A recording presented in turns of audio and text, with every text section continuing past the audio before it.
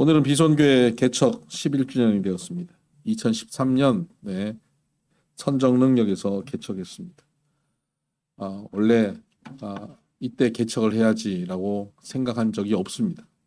저는 미국에서 목회하고 한국에 하나님이 한국으로 가라고 계속 말씀을 주셨지만 그때 한국에 들어오는지도 몰랐습니다. 그냥 한국에 집회가 있어서 잠깐 가족들과 함께 설교하러 왔다가 머물게 되는 상황이 됐습니다. 그리고 미국에 있는 교인들에게 영상으로 인사하고 저희 교인들이 저희 집 정리해서 다 짐 보내고 저희는 반팔 입고 가을까지 견뎠습니다. 지금도 그때 처갓집에 있었는데 추석쯤에 처갓집 근처에 가면 그때의 느낌이 듭니다. 반팔 입고 미국에서는 그 캘리포니아에서 거의 반팔밖에 없었는데요. 그렇게 입고 지냈던 그 시간들이 기억이 납니다. 그렇게 있던 가운데 서울에 있는 한 교회가 저를 담임 목사로 청빙했습니다. 꽤 큰 규모의 교회였고 미국에서 개척을 하고 목회를 열심히 했기 때문에 하나님께서 이제는 한국 와서 좀 편안하게 목회하라고 부르시는 줄 알고 냉큼 아멘 하고 미국에다가 빠이빠이 하고 이제 여기서 이제 좀 편하게 목회해야지 생각했는데 웬걸 그 교회 원로 목사님과 그 교회에 계시는 장로님들 간에 분쟁이 나서 저의 청빙은 점점 미뤄지기 시작했습니다. 그리고 그 교회는 심각하게 싸우더라고요.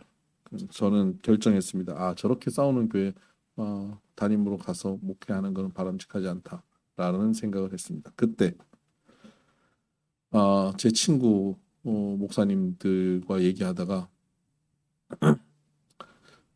내가 어떻게 하면 좋겠냐. 나 차라리 개척을 할까? 그냥 농담 삼아 얘기했더니 제 친구 목사님 한 분이 저한테 그래요. 개척 좋지. 개척교회 지금 기존 교회에서 정말 그 형식적인 분위기 속에서 목회한다는 게 너무 힘들다. 개척해서 정말 마음 맞는 사람들과 함께 다이나믹하게 활기차게 목회하는 게 좋다. 개척 너무 좋지. 그런데 중에 그런데 이 목사 너 미국 가서 여기 있던 전세비 가갖고 다 쓰고 지금 한국 갖고 빈털털인데 처갓집에 좀 방 하나에서 사는데 개척을 어떻게 하냐. 만약에 개척 멤버들이 당신 집 한 칸이라도 사택으로 준비하면 그때 개척해라. 그래서 그건 하지 말라는 얘기예요. 제가 뭐 한국 개척 멤버도 아무도 없는데 누가 집 한 칸을 마련해서 사택을 준비하고 개척을 하겠어요. 근데 저는 그걸 하나님의 사인으로 받았어요. 아멘.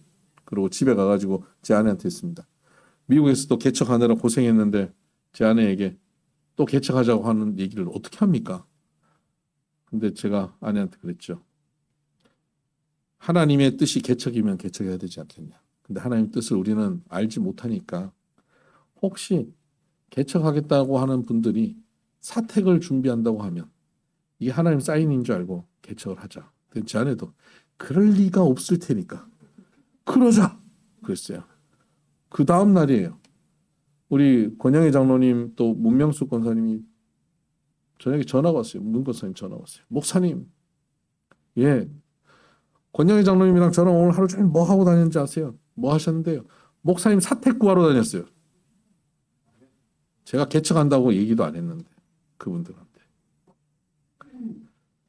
제가 그때 이건 하나님의 명이구나 라고 생각했고 제 아내에게 얘기했고 제 아내도 이건 하나님 뜻이다 하고 개척을 결정했습니다. 그리고 권 장로님 또 김조원 장로님 개척합시다. 저도 이 장로님들 제가 몰랐어요. 한국 와서 그때 처음 만난 거예요. 잘 모르던 분이에요.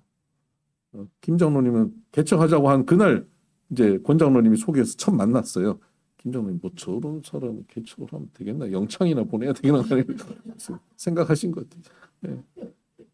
잘못하면 영창 보내버려야지 이렇게 생각하신 것 같아요. 근데 개척하자. 그래서 여의도의 그 중국집에서 처음 만나서 식사하면서 결정했고요. 그게 2012년 7월에 제가 한국 왔고 2012년 11월에 개척을 결정합니다.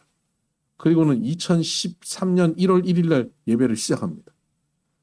완전히 뭐 사람의 계획으로 하는 게 아닙니다. 그리고 2013년 4월 첫 주일 날 창립 예배를 드렸습니다.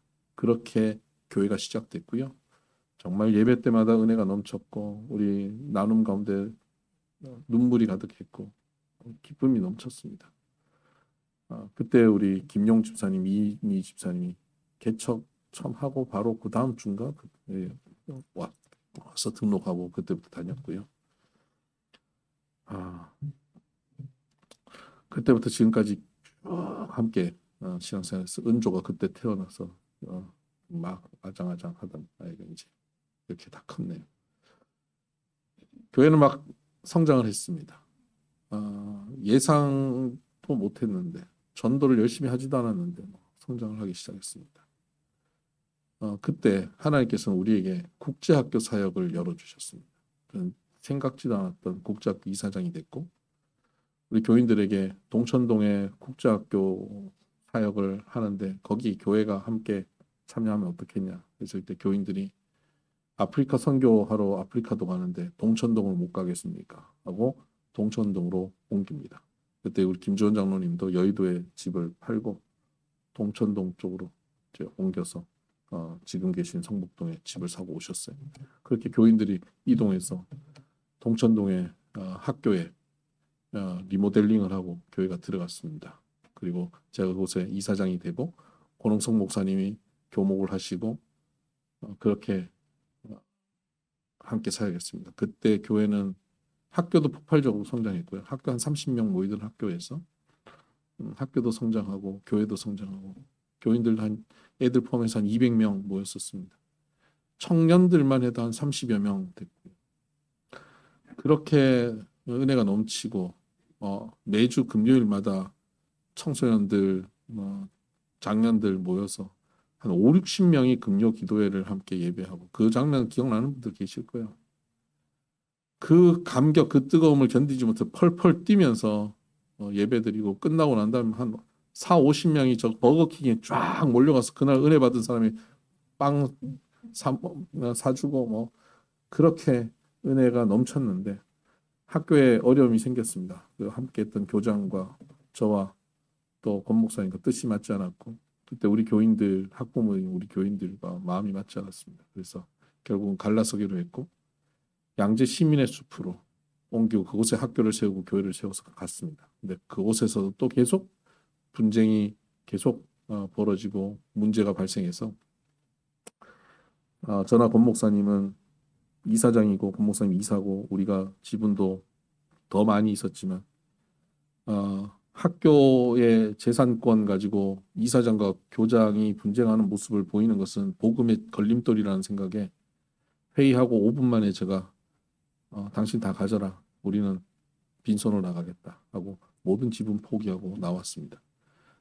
그때 딱 나오면서 스스로 멋있다 이렇게 생각했습니다. 정말 너 참 멋있다. 정말 오직 말씀으로만 살려고 돈 생각하지 않고 말씀으로만 살려고 환경 의지하지 않고 말씀으로 너 진짜 멋있는 목사다. 멋있는데 배고팠어요. 멋있는데 그때부터 어려움이 몰려오기 시작하는데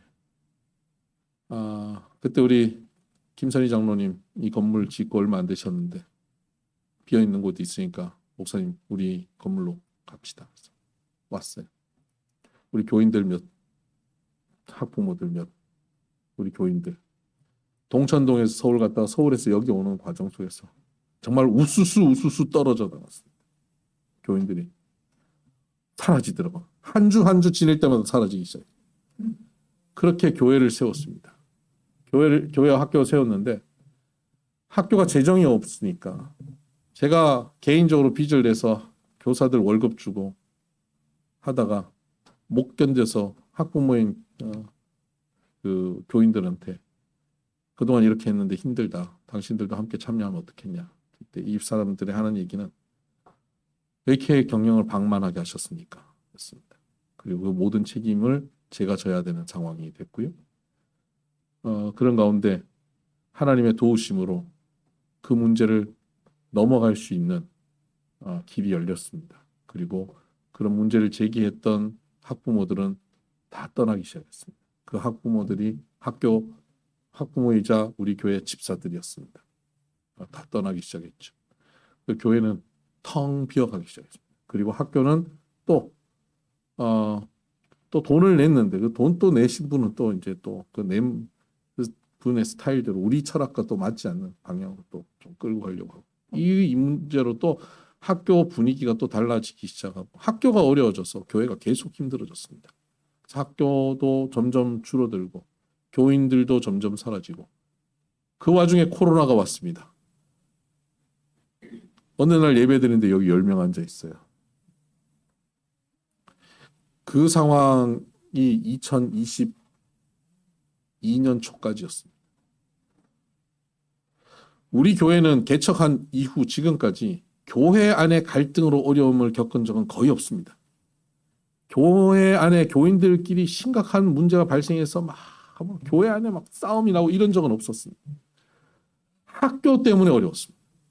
학교가 어려워지면서 교회가 어려워지고 학교 때문에 교회가 흔들렸습니다. 그래서 여기까지 왔는데요. 그리고 2022년 그때부터 다시 회복되어서 오늘 이제 애들 포함해서 한 100명 정도 모이게 되는 교회가 됐는데요. 그러면서 밑에 예배당을 다시 꾸미고 이제 한 200석, 250석 정도 되는 예배당을 만들고 이제 그곳에 이제 하나님 주신 또 부흥을 기대하며 갑니다. 학교도 이제 안정돼 가고 학교도 재정적으로 좀 안정돼 옆에 공사하고 지금 학교가 좀 규모 있게 돼가고 있잖아요. 왜 쓸데없이 학교를 해가지고 그 고생을 했냐고 물으신다면 저는 이렇게 대답할 겁니다. 제가 하려고 한 적이 없습니다. 교회도 제가 개척하려고 한 적이 없습니다. 하나님이 이끄셔서 하게 하신 겁니다. 하나님이 하셨어요. 그 어려운 가운데 학교에서 아이들이 얼마나 행복하게 자랐는지 모릅니다. 이곳에 졸업한 아이들이 각 대학에 가서 신앙생활하고 살아가는데 얼마나 아름다운지 몰라요. 동천동에서 키웠던 애들, 서울에서 키웠던 애들, 여기서 키웠던 애들의 결과들이 너무너무 아름답습니다. 제가 일본에 갔어도 동천동에서 키웠던 애가 그곳에서 와세다 대학 4학년이에요. 매주 우리 교회 설교 듣고 있대요. 목사님 말씀 듣고 그곳에서 신앙생활을 하고 있다는 거예요. 그러면서 그 꿈을 얘기하는데 정말 우리가 지난 10년 동안 쏟아넣은 것이 헛것이 아니라는 걸 경험하고 왔어요. 지금도 이곳에서 자라는 아이들이 얼마나 귀하게 자라는지 몰라요. 공부를 잘하는 건 모르겠어요. 대치동처럼 엄청 공부시키는 학교는 아니에요. 그런데 아름다운 성품을 가진 아이들로 그리고 실력 있는 아이로 키우고 있습니다. 지금 저출산 위기로 한국 사회가 어렵죠.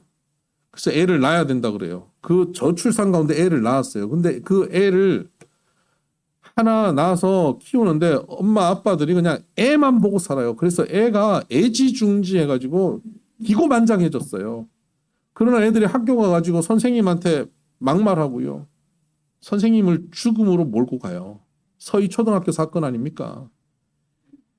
안 그래도 저출산인데 태어나는 애들이 너무너무 심각한 문제를 발생하는 아이들로 성장하고 있어요.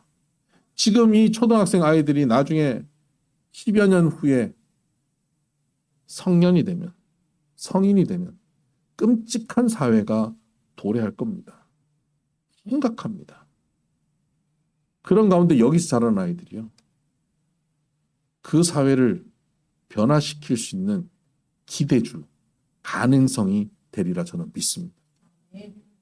그 어려운 시간, 눈물 흘리고 피 흘리고 저 죽을 것 같은 시간이었습니다.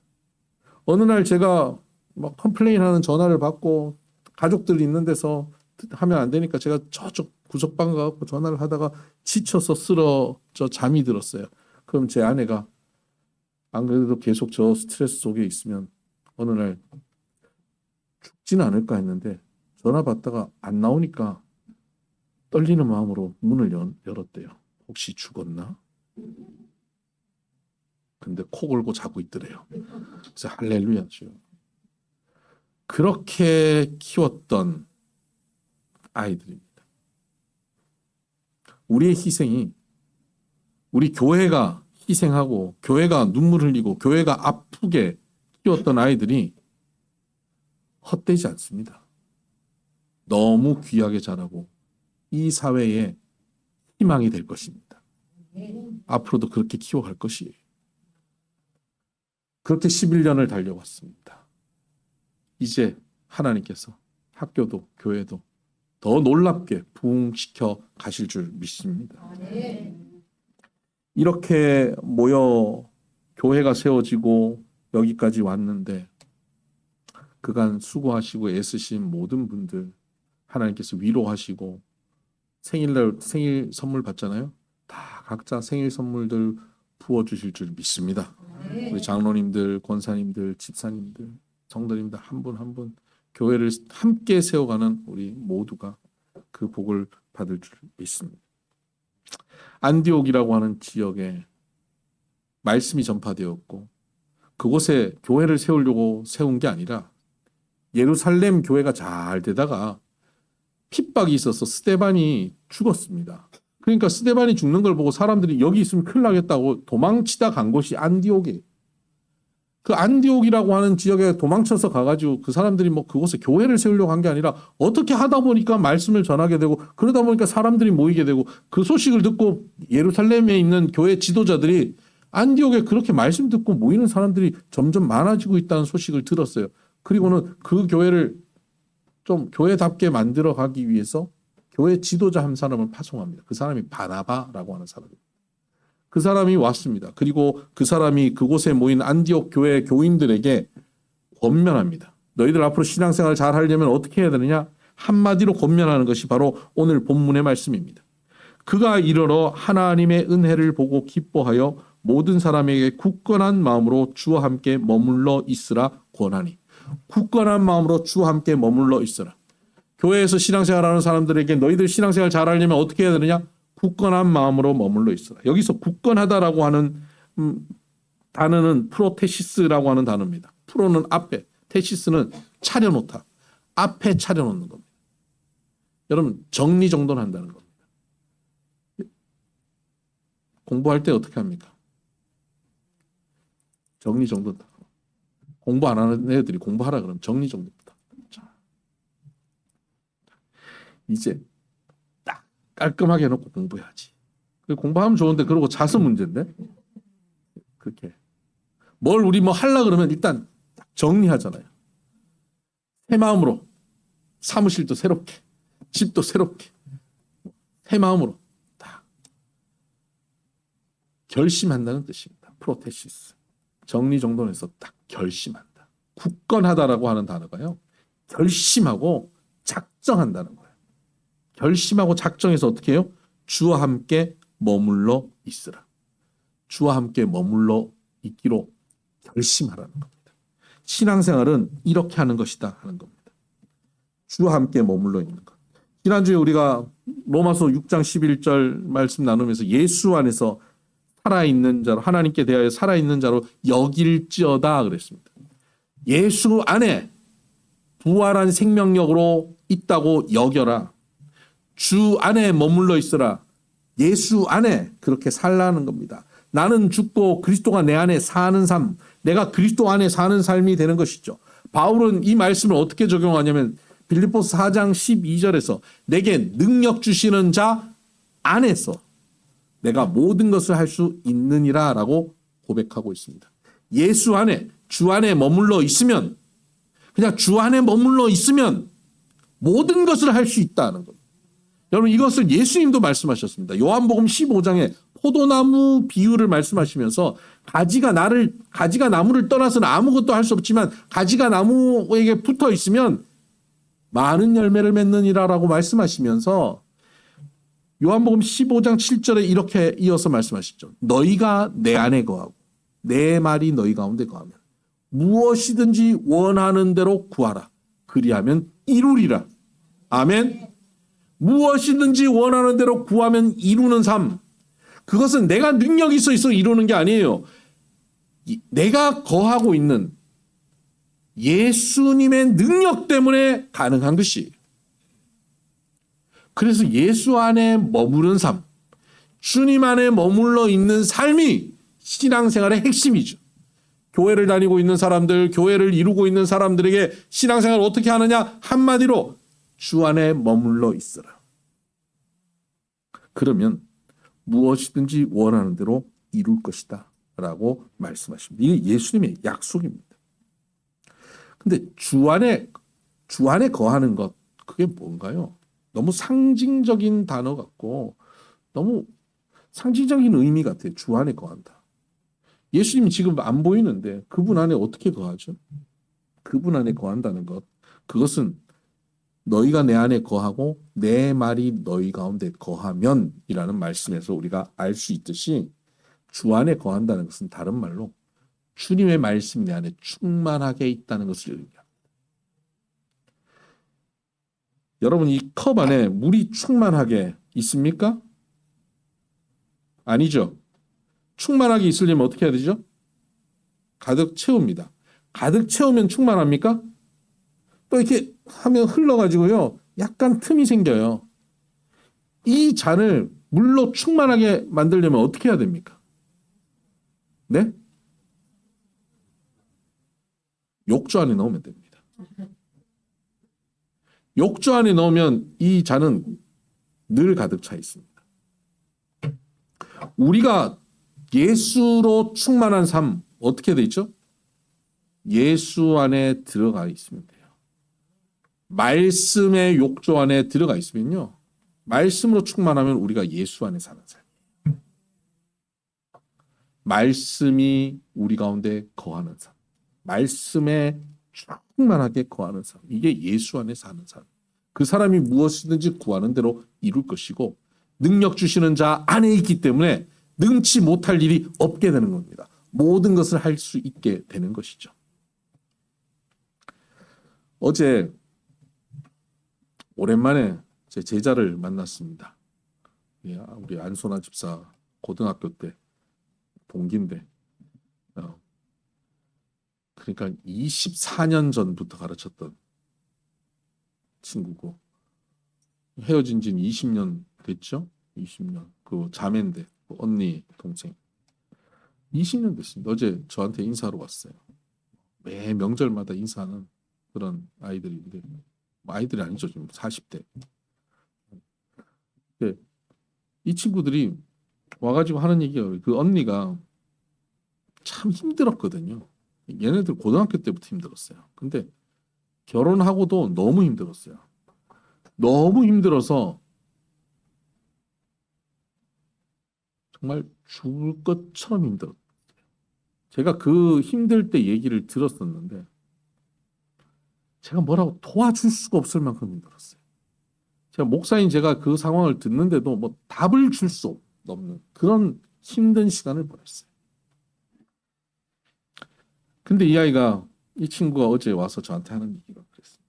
목사님, 그때 너무 힘들어서 제가 할 수 있는 것은요, 말씀 듣는 것밖에 없었습니다. 우리 교회 설교를 계속 들었거든요. 지금 유튜브에 올리지만 그전에는 네이버에 이렇게 올렸었는 건데 계속 들었습니다.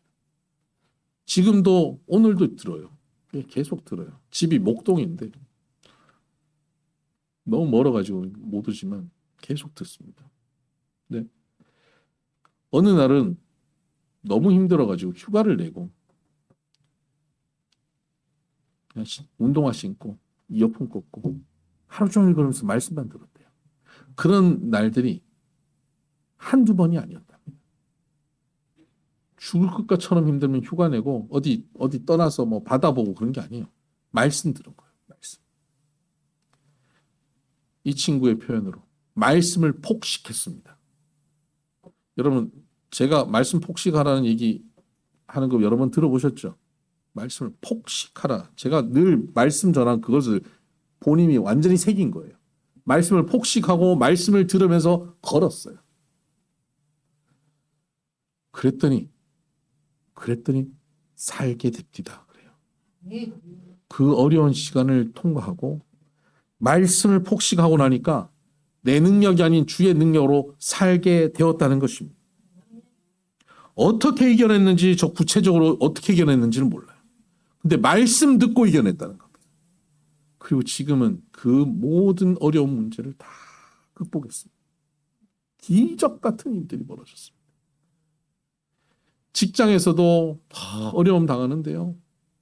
직장에서 말씀을 그렇게 들었더니 직장에서 어떻게 했겠습니까? 자기를 힘들게 하고 괴롭히는 사람들 어떻게 하겠어요? 칼을 갈고 내가 반드시 너를 이겨먹겠다 했겠습니까?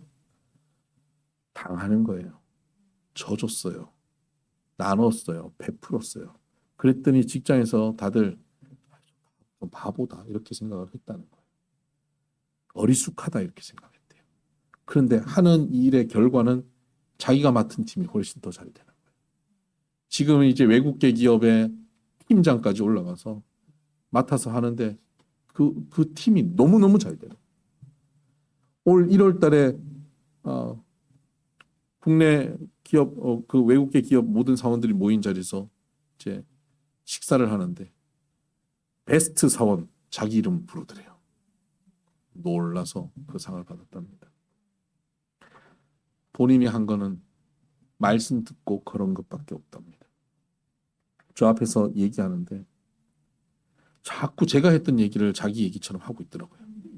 목사님 이렇게 생각합니다.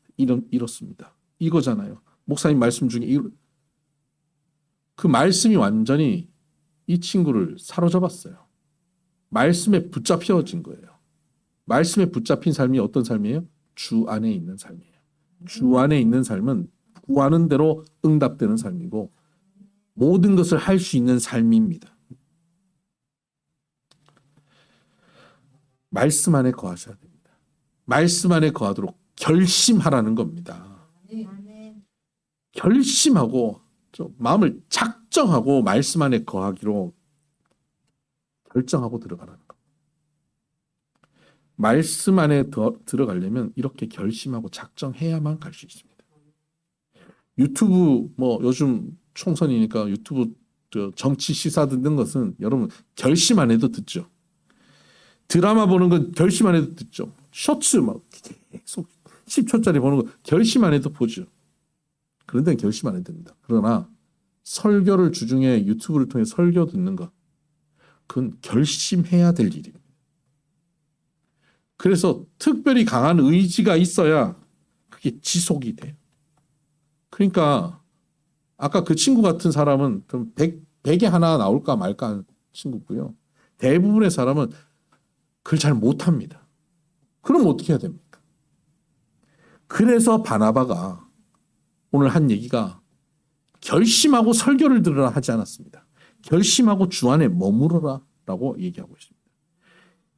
이 지금 개역 개정에는 우리가 읽었던 대로 굳건한 마음으로 주와 함께 머물러 있으라 이렇게 권했는데 개역 성경, 과거의 개역 성경에는 이 말씀을 어떻게 표현하냐면요.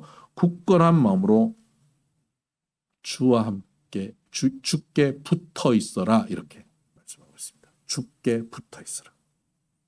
붙어 있는 겁니다. 주께 붙어 있다라고 하는 것은요. 여러분 이렇게 생각하시면 돼요. 주님은 승천하고 안 계시는데 주님은 어디 계시지? 주님은 여기 계십니다. 교회가 예수님의 몸입니다. 주와 함께 있는 것, 주께 붙어 있기로 결심하는 건 뭐냐면 교회에 붙어 있는 겁니다.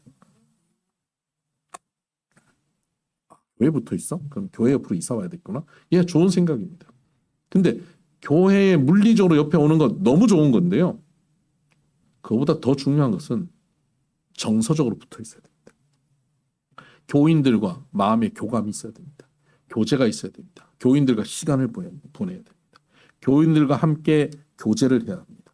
설교 듣고 은혜 받고 나하고 하나님과 1대1의 관계지. 그러고 신앙생활 하면 안 돼요. 우리는 약간 불교적, 유교적 그런 특성들이 있어서 나하고 신의 어떤 1대1의 관계 이런 것만 중요하게 생각해요. 아니요. 하나님과 나와의 1대1의 관계 플러스 나와 너와의 관계예요. 예수님도 말씀하잖아요. 하나님 사랑, 이웃 사랑. 성도들 간의 교제예요. 그래서 예배만 드리고 싹 사라지시지 마시고 예배 드리고 같이 어울리셔야 돼요. 교제해야 돼요.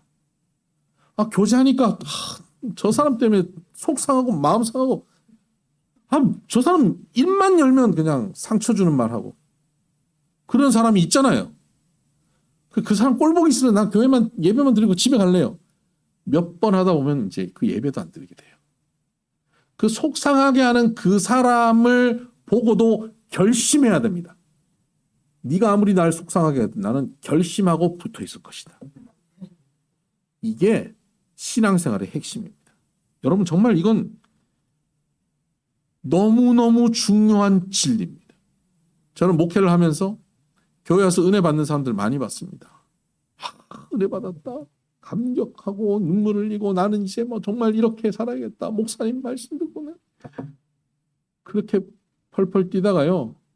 조금 지나서 누가 뭐 화장이 오늘 좀 이상하네. 그것 때문에 삐져서 교회 안 나오고요. 머리가 그런 얘기 때문에 삐져갖고 밥 먹는데 자기 반찬에 다른 사람 반찬은 뭐가 있는데 자기 반찬 뭐가 없다고 그땐 삐져서 교회 안 나오고 상처받아서 그래요.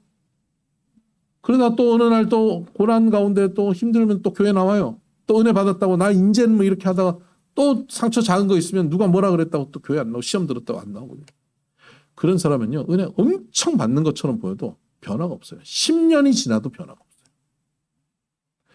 그런데 제가 목회하면서 분명히 깨달은 게 있습니다. 꾸준히 교회 나오는 사람은 변화가 있습니다. 심지어 교회 나와서 예배 시간마다 졸아요. 설교만 시작하면 조는 분도 있어요. 그런데 변화가 있어요. 성장이 있어요. 그리고 그 인생이 바뀌어요. 하나님의 복이 거기 임하는 것을 저는 너무너무 많이 봤습니다. 그러니까 붙어 있기만 하면 돼요. 제 제자 중에 하나는 미국에 있는 제자인데 하나는 정말 그 어려운 얘기하면 맨날 졸아요. 얘는 저한테 하는 얘기가 목사님 저는요 읽은 책이라고는 아기돼지 삼형제밖에 없습니다. 어려운 얘기는 도저히 못 알아들어요. 성경 얘기하면 졸아요. 등에 막 호랑이 문신 크게 하나 그려놓은 그런 친구예요. 갱들이랑 싸우고 그래서 고등학교도 졸업 못하고 그랬던 친구예요. 부모가 얘를 어떻게 할 줄을 몰라서 저한테 목사님 우리 아들 좀 어떻게 좀 책임져 주세요.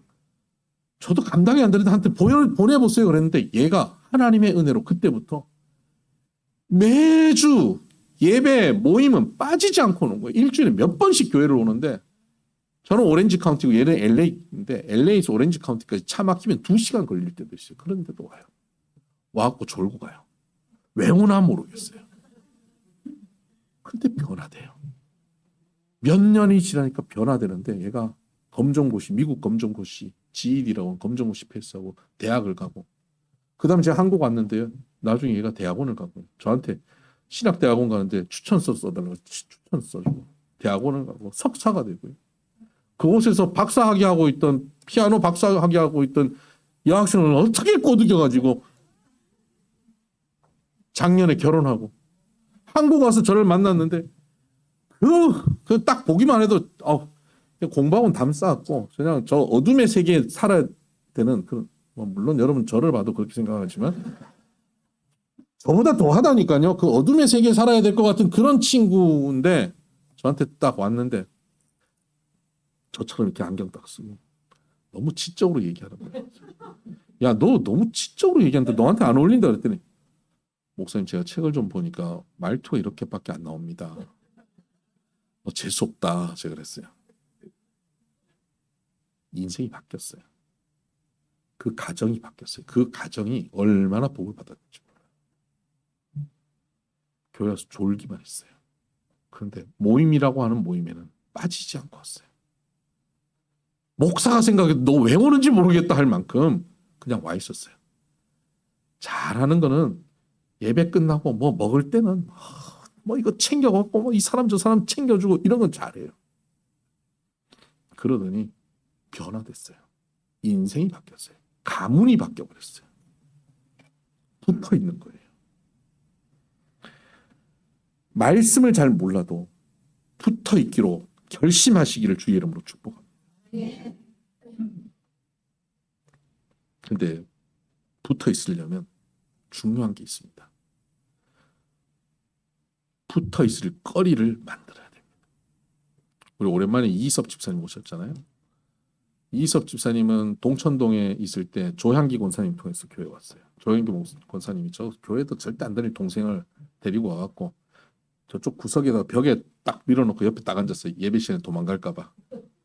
그날 첫 예배 드는데 머리가 너무 깨질 듯 아팠다 그랬어요. 저분이 맨날 귀신 보고 다니고 막 무당들이라고 그러고 무당들이 언니 그러고 무당들이 상담하는 분이에요. 무당들한테 복채 좀 받으셨어요? 무당들 상담하던 분이에요, 이분이. 그런데 그날 딱 끝나고 나가는데 제가 아이고 잘 오셨습니다 했더니 이래요. 다른 얘기 하지 마세요. 제가 한 번은 더 올 겁니다. 한 번은 더 올 겁니다. 다음 주에 한 번은 더 올 겁니다. 예배를 드려보니까 뭐 귀신도 보고 하는 사람이니까 여기 뭐가 있다. 센 영이 있다. 느꼈던 거지. 성령을 느낀 거죠. 그래서 한 번은 더 오겠다. 영적 욕심이 생긴 거예요. 그 다음 주에 딱 왔는데 요 중간에 딱 앉았어요. 맞죠? 중간에 딱 앉았는데 그날 말씀 듣고 깨진 거죠. 그리고는 가는 차에 제가 그랬어요. 이제 예수 믿고 살기로 했으면 차에 있는 염주 내놓으시고 저 박스에 있는 저 부적 꺼내세요. 어떻게 하셨니? 그 다음 주에 올 때는 집에 그 이불에 있는 부적, 베개에 넣는 부적 이런 거 다 가져오라고 그랬더니 어떻게 하시대요? 나를 무당 보는 거예요. 귀신같이 맞추신다. 그거 상식이잖아요. 다 들고 왔어요. 어느 날은 자기가 계속 모셨던 그 할머니, 그 뭐라 그럽니까? 신주 단지 그걸 이렇게 싸갖고 왔어요. 아침에 그랬대요. 나도 천국 가고 할머니도 좋은 데 가고 갑시다. 그러고 교회 가지고 왔어요.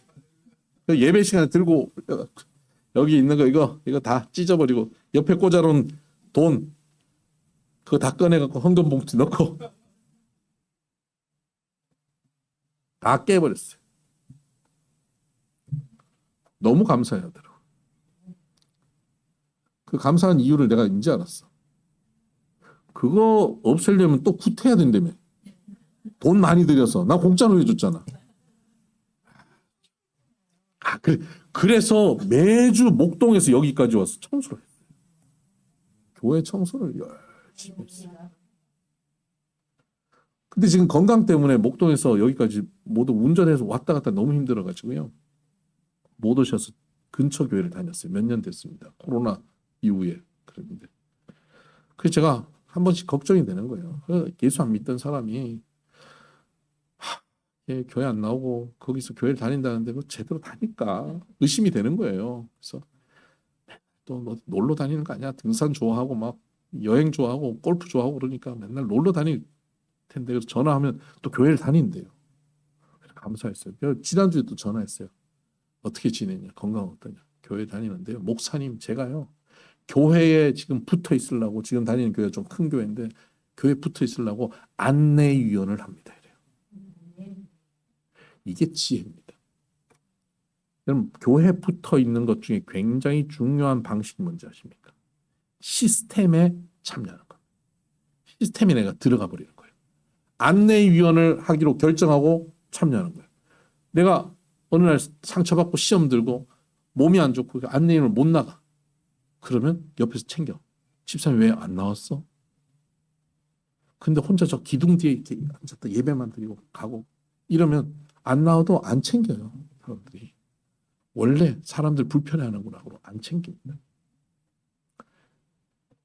하던 일이 있어야 돼요. 교회 와서 뭔가를 해야 돼요. 여기 앞에 물 올리는 거 이거 책임지고 하겠다. 내가 하는 거예요. 토요일마다 내가 와서 청소하겠다. 우리 동원 형제 시스템 만들어서 제가 시킨 것도 아니에요. 본인이 그냥 시스템 만들어서 한 거예요. 주보 아침에 와서 주보 접겠다. 송상근 집사님 하는 거예요. 김인혜 집사님 앞에서 찬양하겠다. 물론 김인혜 집사님의 결정이 아니죠. 이샤론 권사님의 결정이죠. 그 시스템에 넣어놓으니까요. 피곤해도 와서 그냥 하는 거예요. 부부싸움을 해도 와야 되는 거예요. 인상 팍 쓰고 오늘 가기도 싫은데 그럼 웃으면서 찬양해야 되는 거예요. 오늘 싸우신 건 아니죠. 시스템 속에 들어가는 게요. 그게 피곤한데 그게 복이에요. 지난 6년 동안 김선희 장로님 밥하겠다고 생각도 안 했는데 장 집사님이 밥하라 그래가지고 밥하는 시스템에 본인이 들어가 버렸어요. 어깨가 아픈데도 밥한 거예요. 시스템에 들어간 거예요.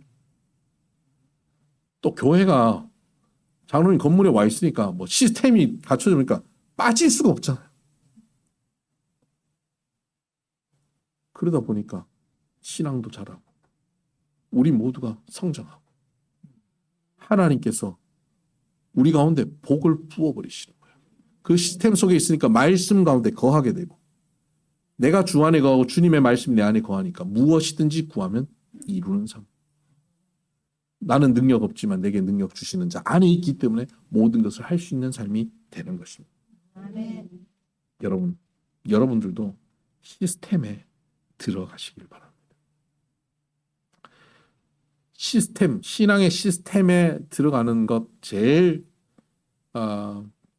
도움을 받는 사람이 누군지 아십니까? 그 신앙의 시스템에 도움을 제일 많이 받는 사람 누군지 아세요? 접니다.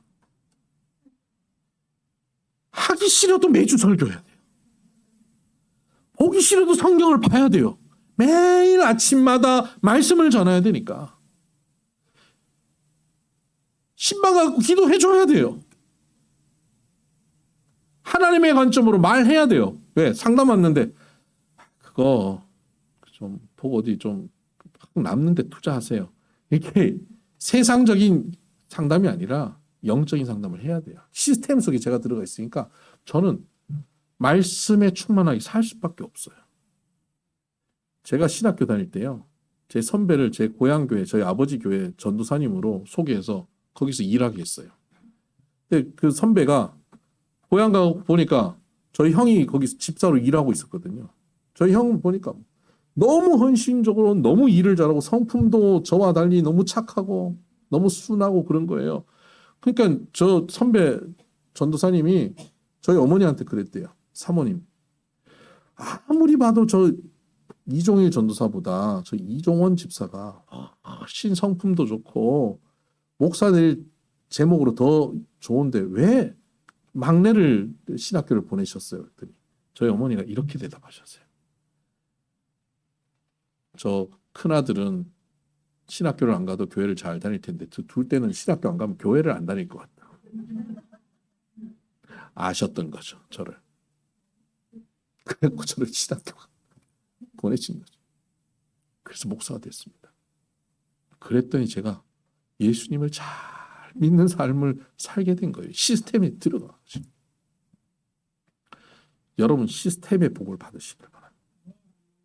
여러분 시스템을 마련하셔야 돼요.